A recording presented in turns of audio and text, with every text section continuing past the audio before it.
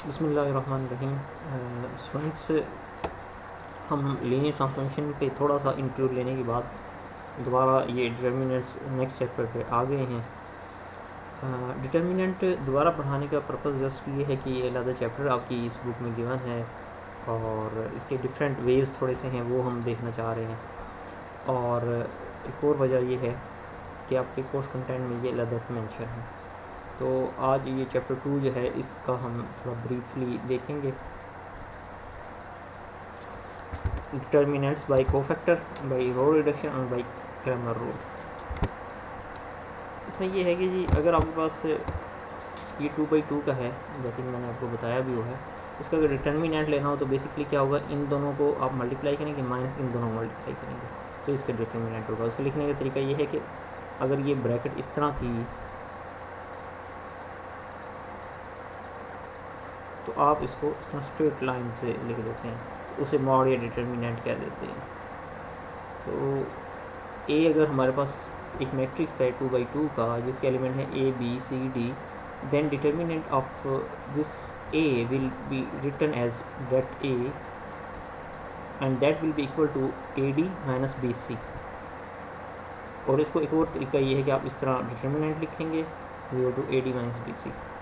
और इन्वर्स जो होता था वो किसके इक्वल होता था, वो होता था 2/2 का इन्वर्स जो है, ये वैसे मैं पहले बता चुका हूँ, अगेन उसको रिपीट करें, 1/a का determinant A mod into adjoint of this. Adjoint ये था इन दोनों की जगह चेंज कर दें और जो दूसरा नॉन प्रिंसिपल डायगोनल है, वो डायगोनल जो प्रिंसिपल नहीं है उसके एलिमेंट के सिंबल चेंज कर दें। तो इन दोनों की जगह चेंज कर दें, इन दोनों के सिंबल चेंज कर दें, तो ये आपके पास A इन्वर्स आ जाता है। माइनर और कोफैक्टर क्या होता है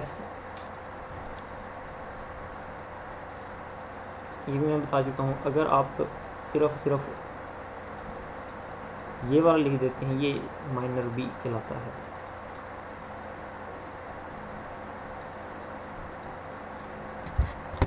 और अगर उसके साथ उसका ऑर्डर भी हम देख लें, यानी -1 इंटू आई प्लस जे, अगर ये भी देख लें तो फिर उसको उस माइनर को कोफैक्टर कह देते हैं और उसको CIJ से रिप्रेजेंट करते हैं।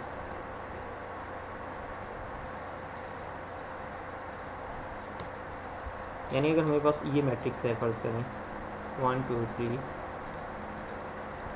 10 11 12 2 4 6, इसका अगर मैंने माइनर लेना है, माइनर ऑफ लेट्स सपोज 2 2 लेना है। माइनर ऑफ 2 2 का मतलब ये है कि इस पे हम माइनर ले रहे हैं। और उसके लेने का तरीका ये था कि हम क्या करते थे, हम ये करते थे, ये जिसमें मौजूद है वो रो, वो कॉलम उड़ा देते थे, बाकी जो रह जाता था उसको 1, ये उड़ गया, 1 3 2 6, इसको इस तरह लिख देते थे, ये माइनर कहलाएगा M22। और इसी का अगर कोफैक्टर बनाना हो तो उस C22 अगर निकालना हो तो माइनर तो उसी तरह रहेगा जो था, लेकिन यहाँ -1 की पावर जो है वो ये लिख देंगे I + J, यानी 2 + 2, इसको माइनर कह देते हैं, कोफैक्टर कह देते हैं, ये कोफैक्टर कहलाएगा। और ऊपर वाला इसको हम माइनर कहते हैं। तो ये हम पहले पढ़ चुके हैं। तो इसी तरह आप डिफरेंट निकाल सकते हैं। अच्छा जी, ये अब एक मैट्रिक्स है, इसके आप इसी तरह माइनर निकाल लें और कोफैक्टर निकाल लें तो आप निकाल सकते हैं। अगर पूछा जाए आपसे, जैसे इसमें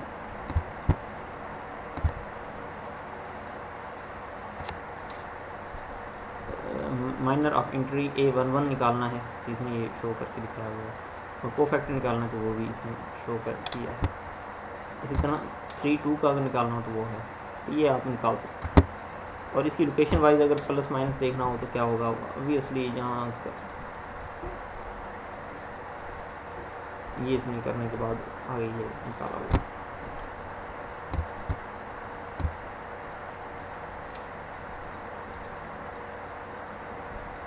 और ये भी फिर एक प्रॉपर्टी है जो कि होल्ड करेगी कि A11 into C11 plus A12 into C12।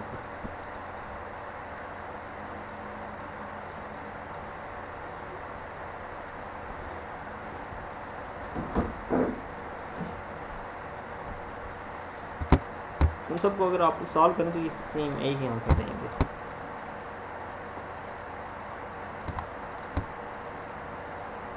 जी एग्जांपल 3 पे अगर आ जाते हैं तो perfect expression along the first row के अलॉन्ग निकालना है। फर्स्ट रो को अगर आप एक्सपेंड करते हैं तो अगेन 3 आ जाएगा, ये वैसे मैंने बताया हुआ है। अगर ये 3 करते हैं तो 3 आ जाएगा इनटू ये रो और ये कैंसिल, बाकी क्या बचता है -4 4 3 -2। फिर ये इसके बाद हम आएंगे नेक्स्ट पे जो कि 1 है, और जब हम 1 पे आते थे तो 1 क्योंकि माइनस की जगह पे है तो -1 इनटू ये वाला, ये कैंसिल, बाकी रह गया -2 5 3 -2। फिर क्या है जी, फिर 0 है और प्लस की जगह इनटू ये कैंसिल,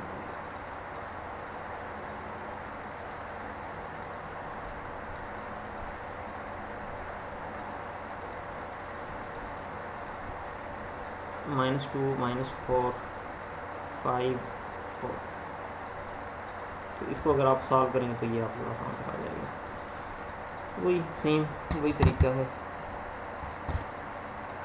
परफेक्ट निकालने के लिए फर्स्ट कॉलम के अलॉन्ग भी कर सकते हैं, इस तरह कॉलम के अलॉन्ग करेंगे तब भी आपके पास वो आ जाएगा।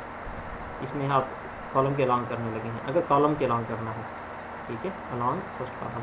अगर कॉलम के अलॉन्ग करना है तो ये मैं अगर सॉल्व करूँ तो ये आ जाएगा, मैंने ये लिया ये कैंसिल, तो बाकी बच गया 3 इनटू -4 3 4 -2। फिर मैं अब आऊँगा 2 के अलॉन्ग, ये देखना है तो ये और ये कैंसिल, बाकी बच गया -2।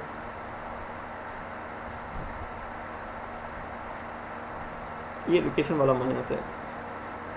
अगर आप रिकॉल करें प्लस माइनस प्लस फिर ये माइनस था, तो ये वाला माइनस मैंने यहाँ लिखा है इनटू 1 4 0 -2। इसके बाद फिर हम चले जाएंगे इस पे थर्ड पे, ये +5 आ जाएगा इनटू, अब ये कैंसिल, बाकी ये बन गया 1 -4 0 3। इसको फिर अगर आप फर्दर सॉल्व करें तो अगेन -1 आंसर आएगा। तो ये है कॉलम के अलॉन्ग एक्सपेंड करना, एक्सपेंशन अलॉन्ग कॉलम, और ये थी एक्सपेंशन अलॉन्ग रो। ये फर्स्ट रो भी हो सकती है, सेकंड रो भी हो सकती है, थर्ड रो भी हो सकती है, आप कर सकते हैं। स्मार्ट चॉइस ऑफ रो और कॉलम, जिसमें ज़्यादा जीरो है वो आपके लिए स्मार्ट चॉइस है। यानी इसमें अगर यहाँ मैं करूँ तो मुझे इसका और इसका कम से कम करना पड़ेगा। अगर मैं ये देखूँ 4 के लॉन्ग करना, इसमें करूँ 3 के लॉन्ग करना, इसमें देखूँ 2 के लॉन्ग, इसमें देखूँ 4 के लॉन्ग, इसमें 1 के लॉन्ग, इसका मतलब ये सबसे बेस्ट है। यानी अगर एक्सपेंड बाई C2 कॉलम 2 अगर करूँ तो ये सबसे बेस्ट होगा। ये 2 है, ये फिर अगेन 4 है, तो मेरी चॉइस क्या होगी कि मैं एक्सपेंड करूँ अलॉन्ग, एक्सपेंडिंग अलॉन्ग कॉलम 2।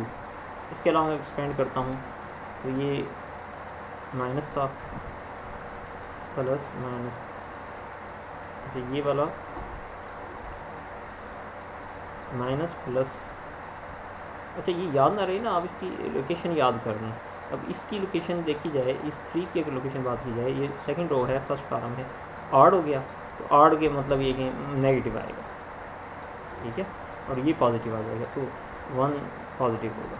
तो अगर इसको एक्सपेंड मैं करने लगूँ तो बेसिकली होगा क्या, एक्सपेंड अगर मैं करता हूँ, पहला 0, यहाँ जो लिखने की ज़रूरत ही नहीं, 0, फिर +1, हाँ ये लोअर का मुझे लिखना पड़ेगा, +1 वाला अगर मैं लिखता हूँ तो ये और ये कैंसिल, बाकी बच गया 1 1 2 0 -2 0 -1 1 1। अच्छा इसके बाद फिर ये वाला 0 आएगा। अच्छा ये लोकेशन क्या होगी, तीसरी रो सेकंड कॉलम, माइनस यानी आएगा -0, आगे लिखने की ज़रूरत ही नहीं, 0 होता है। अच्छा ये बात की जाए, ये फोर्थ रो और सेकंड ये प्लस का 0 आएगा अगेन, तो ये वाले तो 0 0 ये 0 हो जाएंगे, बाकी ये सिर्फ आगे आपको एक्सपेंड करना पड़ेगा। अच्छा ये एक्सपेंड जब करना पड़ेगा, इसमें भी फर्दर आप हमने एक्सपेंड करते हुए ये ले लेते हैं, यानी इसको भी फर्दर सेकंड से करते हैं एक्सपेंड।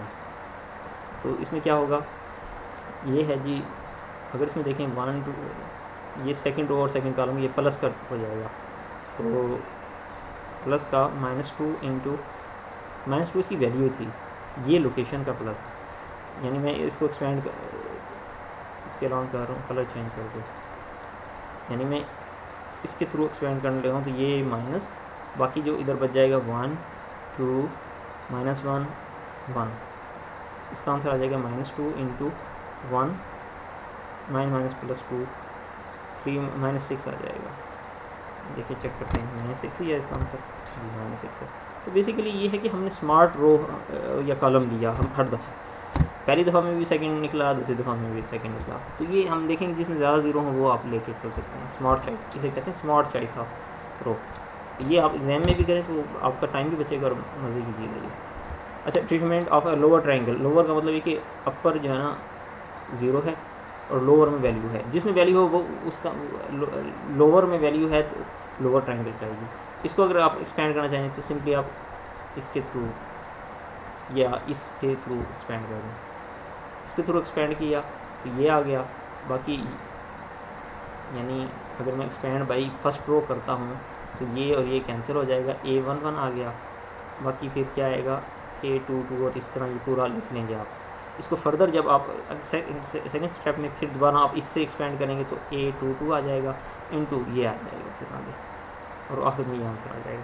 तो ये भी आपके लिए जो ना आसानी पैदा कर देता है। अच्छा, ये एक यूज़फुल टेक्निक है जो मैंने भी इस बुक में ही देखी थी, अल्दो जिस वक्त ये मैं पढ़ाना शुरू किया था उसी वक्त मैंने बुक को देखा था, तो उसमें ये बड़ी अच्छी टेक्निक लगी थी। अगर 2/2 का है डिटर्मिनेंट निकालना है तो उसका तरीका ये है कि आप इसको इस तरह लिख के ऐसे आर ओ लगाएँ, यानी A11 A22, और जो ये वाला एरिया माइनस के साथ आएगा, -A12 A21, ये आ गया 2/2 का आंसर, 2/2 का तरीका। 3/3 में ये है कि आप 3 ये हैं, इन दो को दोबारा आप रिपीट कर लें, ये वाला यहाँ लिख लें, ये वाला यहाँ दोबारा लिख लें, यानी इस तरह आप 5 बना लें। 5 बना के आप क्या करें कि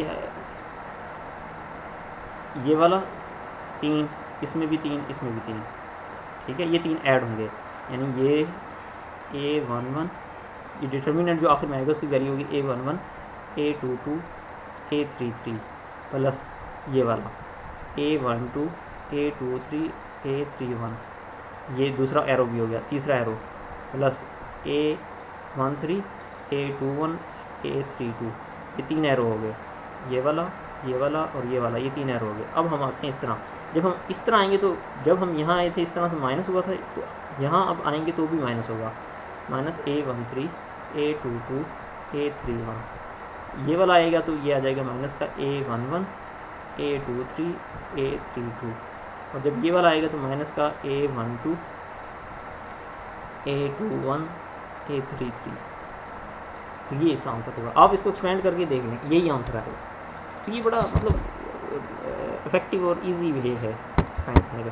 तो अच्छा, ये अभी एग्जाम्पल भी दिया, आप ये इसकी फाइंड करें तो इसका आंसर यही आएगा। और 3/3 में इसने ये बताया है क्या आएगा, 1 × 5 × 9, तो 5 × 9 45, 2 × 6 12, × 7 84, 3 × 4 माइनस का 12 × 8 माइनस माइनस प्लस हो गया, 12 × 8 96, ये तीनों पॉजिटिव आ गए। माइनस के अब आएंगे, अच्छा माइनस हर एक के साथ अलग-अलग लिख लो, जैसे मैंने यहाँ हर एक के साथ अलग-अलग लिखा है। अगर मैं इसको इकट्ठा करना चाहूँ तो यहाँ मैं एक ब्रैकेट लगा देता हूँ,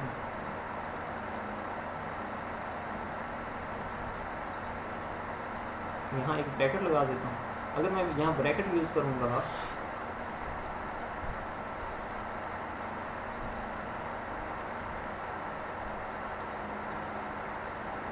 ब्रैकेट यूज़ करूँगा तो अंदर वाली चीज़ें पॉजिटिव हो जाएंगी। आप इस तरह भी लिख सकते हैं कि मतलब जितने भी माइनस हैं उन सबको ब्रैकेट से कॉमन ले लें। तो इसने यहाँ क्या किया है,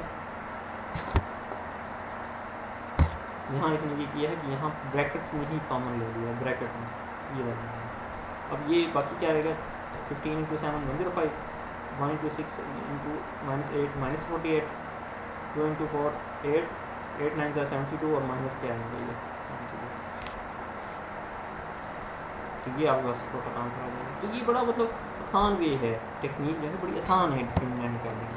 अच्छा स्टूडेंट्स, क्लास में अगर मैं मेंशन करूँ कि आपने यही मेथड यूज़ करना है एरो वाला, तो आप एरो वाला यूज़ करेंगे। अगर मैं कहूँ नहीं आपने कोई और जो यानी स्पेसिफिक हो आपने वही करना है, अगर मैंने स्पेसिफाई दूसरा किया और आपने इससे किया तो वो फिर चाहे उसका आंसर ठीक है, लेकिन आप इसका मतलब क्वेश्चन को अप्रोच नहीं कर सकते पूछा क्या है टीचर ने, एग्जामिनर ने जो पूछा है आप वही आंसर दें। तो उसके लिए फिर ये चीज़ ज़रूरी होती है। अच्छा ये टेक्निक भी हमें पता चल गई। अगर कॉलम या ज़ीरो हो तो उसका पूरी कॉलम या पूरी रो ज़ीरो हो तो फिर जनाब उसका डिटरमिनेंट ज़ीरो होगा। ये थ्योरम ये बता रहा है। अगर स्क्वायर मैट्रिक्स हो उसका डिटरमिनेंट लें, जिसके ट्रांसपोज का डिटरमिनेंट लें वो सेम हो। अगर स्क्वायर मैट्रिक्स है उसका अपना डिटरमिनेंट या उसके ट्रांसपोज का डिटरमिनेंट सेम होगा। रो ऑपरेशन करना है तो रो ऑपरेशन ये कहती है जी, इधर से वैसे मैं दिखा देता हूँ, ये इसने लिखा है लेकिन यहाँ से अगर एक रो में हर जगह के से मल्टीप्लाई है तो एक दफ़ा आप के कॉमन ले सकते हैं, ठीक है, यानी थ्रू आउट यानी ये तीनों का कॉमन जो है वो के आ जाएगा। अच्छा अगर मैट्रिक्स होती है और फिर ये चीज़ें लिखी होती तो आप के कॉमन नहीं ले सकते थे अनलेस कि हर एलिमेंट के साथ के होता मैट्रिक्स के केस में। लेकिन अगर डिटर्मिनेंट का केस है तो किसी एक रो में या किसी एक कॉलम में अगर कोई चीज़ कॉमन है तो आप बाहर निकाल सकते हैं उसको।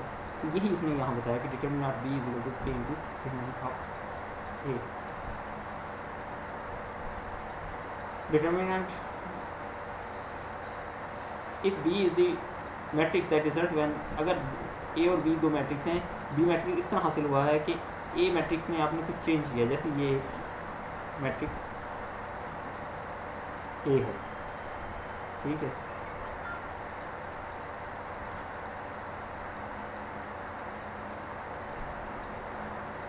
सॉरी ये मैट्रिक्स बी है, ये मैट्रिक्स कैसे आया है, ये ऐसे आया है कि जो हमारे पास ए मैट्रिक्स था कोई वो ये था,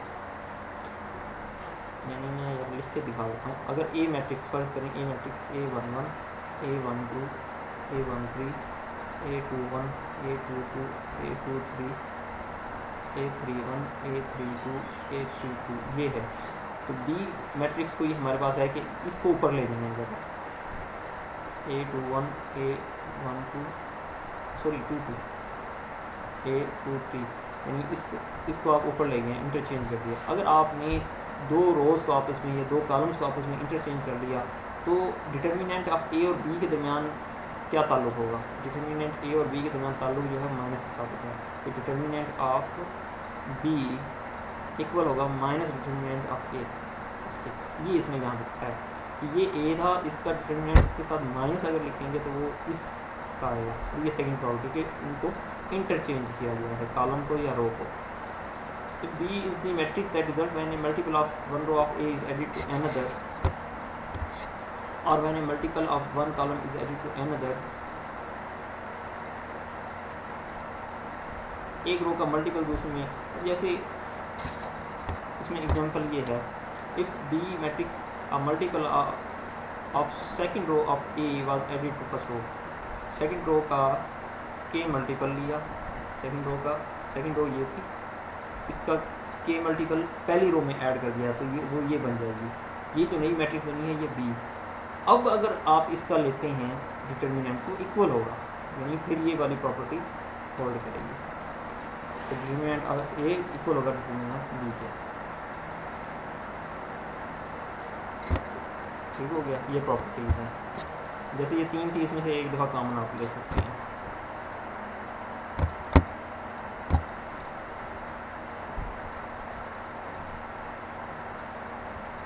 एलिमेंट्री मैट्रिक्स अगर आप एक ऑपरेशन परफॉर्म करें और वो आपकी मैट्रिक्स जो है वो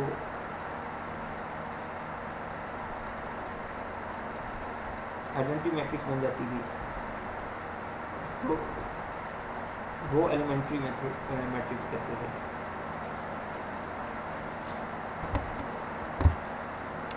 अगर ई रिज़ल्ट होता है multiplying I n by a non zero number के, उसका डिटरमिनेंट के होगा, ठीक है। आई एन को अगर आपने के से मल्टीप्लाई किया है तो उसका डिटरमिनेंट के होगा। अच्छा डिटरमिनेंट ऑफ आई एन जो होता है ये 1 होता है, ये याद रखिएगा, यानी आइडेंटिटी का डिटरमिनेंट 1 होता है।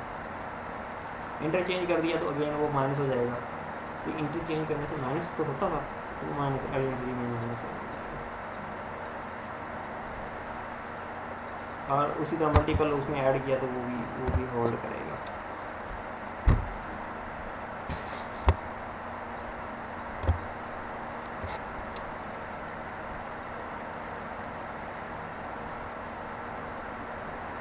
अगर 2 रो या 2 कॉलम एक दूसरे का मल्टीपल्स हैं, जैसे ये, इसको अगर डबल करें तो सेकंड में जाता है, तो बेसिक ये वाली अगर हो तो उनका डिटरमिनेंट 0 होगा, उनका डिटरमिनेंट 0 होगा, ठीक है।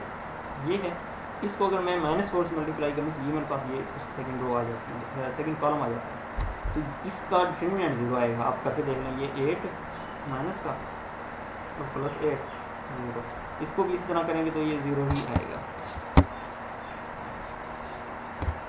रो रिडक्शन से भी आप कर सकते हैं, आप रो ऑपरेशन करके उसको वो 0 0 बनाते थे,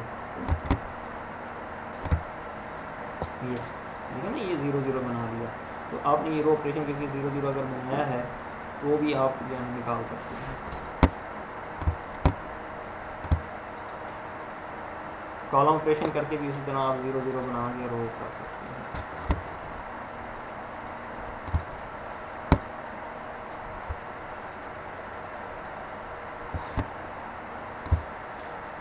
कोफैक्टर एक्सपेंशन वो आपको बताइए, रो ऑपरेशन करके फिर कोफैक्टर एक्सपेंशन कर लें, फिर भी आप डिटरमिनेंट निकाल सकते हैं। जिसमें सिर्फ जो एग्जांपल मैंने कही है वही आप करें। डिटरमिनेंट की प्रॉपर्टी अगेन, अगर अच्छा ये अगर हो जाए तो पहली रो में से के कॉमन आएगा, दूसरे में से भी आएगा, तीसरे में से, तो के की पावर 3 हो जाएगी, तो के की पावर 3 इसमें लिखा है, ठीक है। इस तरह ये कॉलम में से भी कॉमन है। अच्छा ये एक अच्छी प्रॉपर्टी है कि ए और बी 2 मैट्रिक्स हैं, उन दोनों को ऐड करके डिटरमिनेंट लिया जाए, ठीक है, उसका जो आंसर होगा वो इक्वल नहीं होगा अगर अलग-अलग का आप डिटरमिनेंट लें। जैसे ये 2 मैट्रिक्स थे, इनका एडिशन ये थी, पहले की अगर डिटरमिनेंट या 1 आया, दूसरे इस बी का लिया 8 आया, लेकिन ए और बी दोनों को मिला के किया 23 आया, तो इन दोनों को अगर ऐड करें तो 9 बनता है और इसका 23, तो मतलब ये कि determinant of A plus B equal नहीं है determinant of A plus determinant of B के। तो ये बहुत इंपॉर्टेंट प्रॉपर्टी है, ये ध्यान में रखिएगा।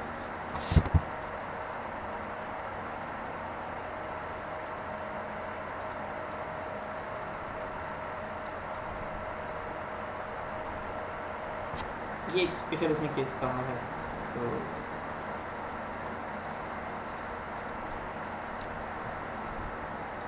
अगर ए बी और सी n/n की मैट्रिक्स हैं that differ only a single row, जिनमें सिर्फ एक रो का फर्क है, say the rth row, assume the rth row of C can be obtained by adding corresponding entities in the rth row of A and B, और r यानी एक रो में जो डिफरेंस है वो डिफरेंस वाली रो जो है वो बेसिकली और बी की जो corresponding रोज आर वाली रो हैं उनको ऐड करने से आता है। ऐसा अगर केस हो तो फिर डिटरमिनेंट ऑफ सी इक्वल होगा determinant of A and determinant of B के। जैसे कि ये एग्जांपल है, ये एग्जांपल है कि आप डिटरमिनेंट लें अलग-अलग, और ये वाली जो रो थी वो बेसिकली आर्थ बाकी सेम थी, ऊपर वाली इन दोनों की भी ये ऊपर वाली सेम है, लेकिन नीचे वाली जो है वो बेसिकली इन दोनों के आर्थ रो, ये वाली आर्थ रो है, ये इन दोनों के एडिशन की है, तो फिर डिटरमिनेंट ऑफ दिस इक्वल होगा अलग-अलग वाली डिटरमिनेंट को।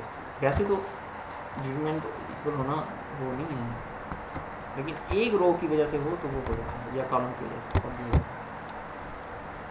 अगर ए और बी n/n मैट्रिक्स है, ई भी n/n एलिमेंट्री मैट्रिक्स है, तो फिर determinant of E B equal होगा determinant of B into determinant of E into determinant of B. के अगर वो के बाहर ले लें तब और फिर भी हो जाएगा।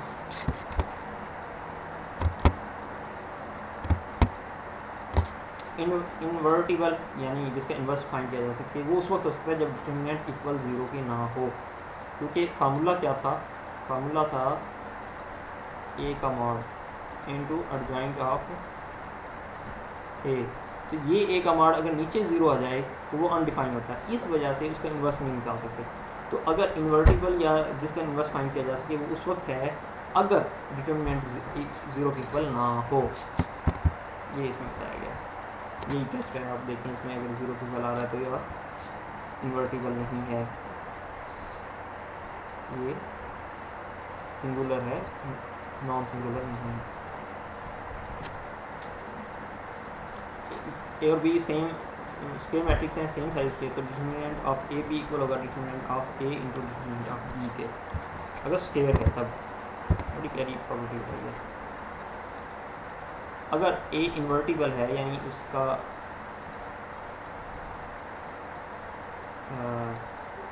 ए मॉड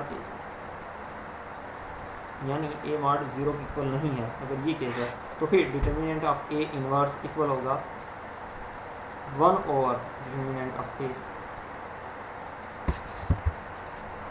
और जॉइंट ये निकालने का तरीका हम बता चुके हैं कि आप इसके कोफैक्टर निकालेंगे, ये पूरा वही जो मेथड मैंने करवाया था वही है, आप वो वाला मेथड फॉलो कर लेंगे। इसकी मैट्रिक्स बनाएंगे और फिर आप उसका ट्रांसपोज लेंगे, ट्रांसपोज पूरा मेथड बताया, ये हमने किया ऑलरेडी किया हुआ है, जो हमने किया है आप उसी पर रहें। यहाँ से सिर्फ एग्जांपल कोई अगर आए तो वो कर लेंगे हम, बाकी ऐसी कोई मसला नहीं है।